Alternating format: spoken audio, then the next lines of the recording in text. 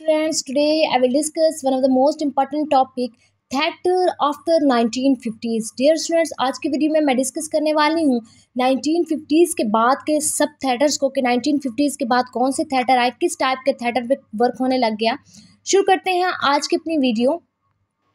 Dear students, सबसे पहले जो थिएटर 1950s के बाद आया that theatre of the absurd. ये बहुत फेमस हुआ उस टाइम 1950s के बाद। इसके की फिगर्स कौन थे, यानी इस टाइप के जो प्ले थे वो कौन लिखता था।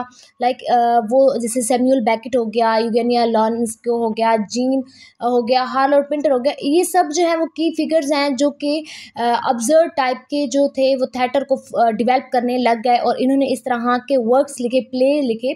सो जैसे कि इसकी जो थिएटर के करैक्टरिस्टिक्स हैं, इसमें जो ये प्ले लिखते होते थे ना, ये डिपिक्ट करता था अब्सर्डिटी, ह्यूमन एग्जिस्टेंस की अब्सर्डिटी को डिपिक्ट करना। यानी टोटल जो प्ले था वो अब्सर्ड होता था, यानी कोई सीक्वेंस उसकी नहीं होती थी। सीक्वेंस मीन्स कि उसमें कोई भी इतना इंटरेस्टिंग वे में कोई चीज़ नहीं होती थी, जस्ट अब्सर्ड होती थी। जैसे कि सैमुअल बेकेट का एक वर्क वेटिंग फॉर गॉडो, ये अब्सर्ड प्ले है total. So often with illogical structure होता था, डायलॉग्स इलॉजिकल होते थे। सो इसकी कोई जो है वो लॉजिकल वे में उसका एक स्ट्रक्चर नहीं होता था। सो थिएटर ऑफ द अब्सर्ड इसी को कहते हैं। सो थिएटर ऑफ द अब्सर्ड को के की फिगर कौन है? सैमुअल बेकेट है, लॉरेंस्को है, जीन जेंट है, हार्लोड पिंटर है। ये सब की फिगर्स हैं। इसकी थिएटर की क्या कैरेक्टरिस्टिक्स होते थे कि प्ले जो है वो अब्सर्डिटी को डिपिक्ट करता था, ह्यूमन एग्जिस्टेंस पर क्वेश्चन मार्क था।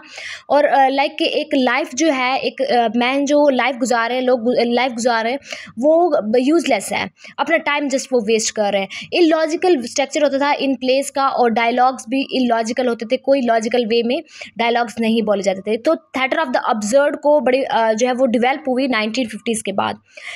थिएटर ऑफ अब्सर्ड तो जो है वो डिवेल्प हुई। इसके बाद एक और थिएटर है एपिक थिएटर, जिसके की फिगर है बर्टल बैरचेट।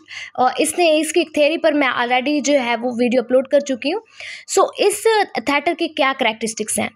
ये थिएटर जो था ये प्रोवोक करता था रैशनल थॉट को, सोशल चेंज को, सोशल चेंज रैशनल थॉट को प्रोवोक करना। इसमें जो टेक्निक्स यूज़ किए जैसे कि ब्रेकिंग द फोर्थ वॉल को ब्रेक करना, नैरेटिव को यूज़ करना rather than character driven stories. यानी ऐसी स्टोरीज जो करेक्टर को लेके चल रही हो उसको वो इस तरह के प्ले नहीं लिखते थे, बल्कि नैरेटिव जो है प्ले लिखा करते थे। सो नैरेटिव टेक्निक को यूज़ किया जाता था। सो इसका एम क्या था कि थॉट्स और रैशनल थॉट्स और सोशल चेंज को प्रोवोक करना, उसको ग्रो अप करना, उसको उभारना, उसको एक्सप्लोर करना। सो एपिक थिएटर जो है 1950s के बाद जो है एपिक थिएटर को भी बड़ा जो है वो ये भी बहुत ज़्यादा डिवेल्प हुआ, ये थिएटर भी ग्रो अप हुआ।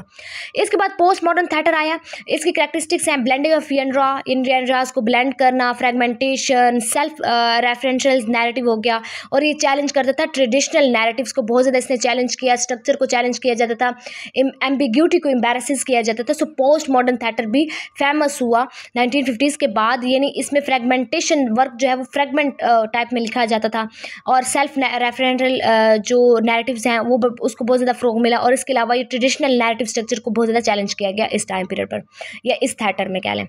इसके बाद जो है जो थिएटर ग्रो अप हुआ वो था experimental and avian great theatre. इसके की फिगर हैं जैसे ग्रोतोवस्की हो गया, पैटर ब्रूक हो गया, रिचर्ड हो गया। ये सारे के सारे जो थे ये इस उसके की फिगर थे, इस थिएटर को ग्रो अप करने में इनका किरदार है। करैक्टरिस्टिक्स क्या थे इस थिएटर की? इसमें ना फिजिकलिटी पर बहुत ज़्यादा फोकस किया जाता था, इम्प्रोविजन्स पर फोकस किया जाता था, new forms of story telling को लेके आया गया, इसमें एम्फेसाइज किया गया। और ये often seeks to break away from the conventional theatre. ये कन्वेंशनल थिएटर से थोड़ा सा ब्रेक करता था, लाइक ये कन्वेंशनल थिएटर के साथ इसका लिंक नहीं था, ये उससे डिफरेंट चीज़ थी ये वाला थिएटर जो था। सो ये किस पर फोकस करते होते थे? फिजिकलिटी। इस टाइप के जो थिएटर थे, इस टाइप के जो प्ले थे वो फिजिकलिटी पर बहुत ज़्यादा फोकस करते होते थे।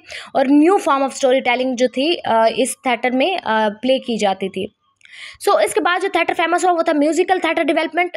म्यूजिकल थिएटर डेवलपमेंट जो ये राइज ऑफ इन्फ्लुएंशियल म्यूजिकल, जैसे कि वेस्ट साइड स्टोरी होती थी, बहुत ज़्यादा इन्फ्लुएंट हुई, बहुत ज़्यादा राइज अप हुई। और जैसे कि opera, Phantom of the opera, less measurable हो गया, हैमिल्टन हो गया, इस तरह के वर्क बहुत ज़्यादा जो है वो आने लगे। इसके अलावा इसकी करैक्टरिस्टिक क्या थी? ज़ाहिर बात है म्यूजिकल थिएटर के नेम से ही ज़ाहिर है कि इसमें इंटेग्रेशन किसकी थी? म्यूजिक की, डांस को बहुत ज़्यादा फ़रोग मिला, dialogues to tell stories, dialogues बोले जाते थे बड़े बड़े, एक स्टोरी को टेल करने के लिए, बताने के लिए। सो ये म्यूजिकल थिएटर की डेवलपमेंट हुई 1950s के बाद। पॉलिटिकल थिएटर की भी डेवलपमेंट हुई और इसके की फिगर कौन थे, अगस्टो बॉल हो गया, टोनी कुशनर हो गया।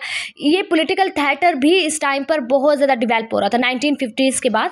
अब ये पॉलिटिकल थिएटर मीन्स इसमें क्या होता था कि इस तरह के जो थिएटर थे ना, इसमें सोशल और पॉलिटिकल इश्यूज़ को एड्रेस किया जाता है। यानी एक प्ले बनाया, वो टोटल सोशल और पॉलिटिकल व्यूज़ होते थे उसमें, यानी सोशल और पॉलिटिकल इश्यूज़ को एड्रेस किया जाता है, सोशल और पॉलिटिकल इश्यूज़ पर मबनी होता था। इस तरह के प्लेस जो है वो बनाए जाते थे और इसका एम क्या होता था कि एक्शन लिया जाए, चेंज किया जाए। यानी अगर कुछ पॉलिटिकल इश्यूज़ हैं किसी कंट्री में तो उसको जो है प्ले की फॉर्म में लोगों के सामने लाया जाता था, पब्लिक के सामने लाया जाता था और उसको चेंज करने की कोशिश की जाती थी कि किस तरीके से प्ले के थ्रू वो चेंज लाया जाए, उन इश्यूज़ को रिजॉल्व किया जाए। सो पॉलिटिकल थिएटर। इसके बाद एक और थिएटर है, लास्ट थिएटर, फेमिनिस्ट थिएटर, जो कि 1950s के बाद बहुत ज़्यादा जो है इसको ये ग्रो अप हुआ, डेवलपमेंट आई इसमें। जैसे इसके की फिगर हैं कार्ल चर्चिल हो गया, सारा कैनी हो गई। ये करैक्टरिस्टिक इसके क्या होते हैं कि फोकस करते हैं वीमेंस के एक्सपीरियंस पर, वीमेंस के एक्सपीरियंस पर, वीमेंस के चैलेंजेस पर, ट्रेडिशनल जेंडर रोल्स पर, कि जो ट्रेडिशनल जो चैलेंजेस थी एक वीमेन जो है वो फेस कर रही थी, जो चैलेंजेस, जो जेंडर डिस्क्रिमिनेशन था, ये सब जो है इस तरह का प्ले जो है वो सामने लाया जाता था पब्लिक के सामने।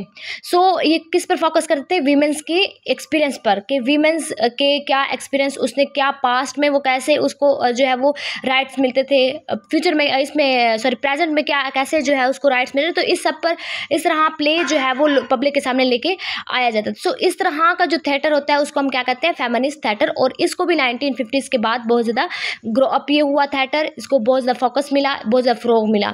सो डियर स्टूडेंट्स, ये थे मेजर थिएटर्स 1950s के बाद, जो मैंने आज के शॉर्ट सी वीडियो में डिस्कस किए कि 1950s के बाद कौन कौन से थिएटर्स बहुत ज़्यादा फेमस हुए। आई होप आप लोग को इस वीडियो से ये सब थिएटर जो है वो क्लियर हो गए होंगे। Thank you for watching my video.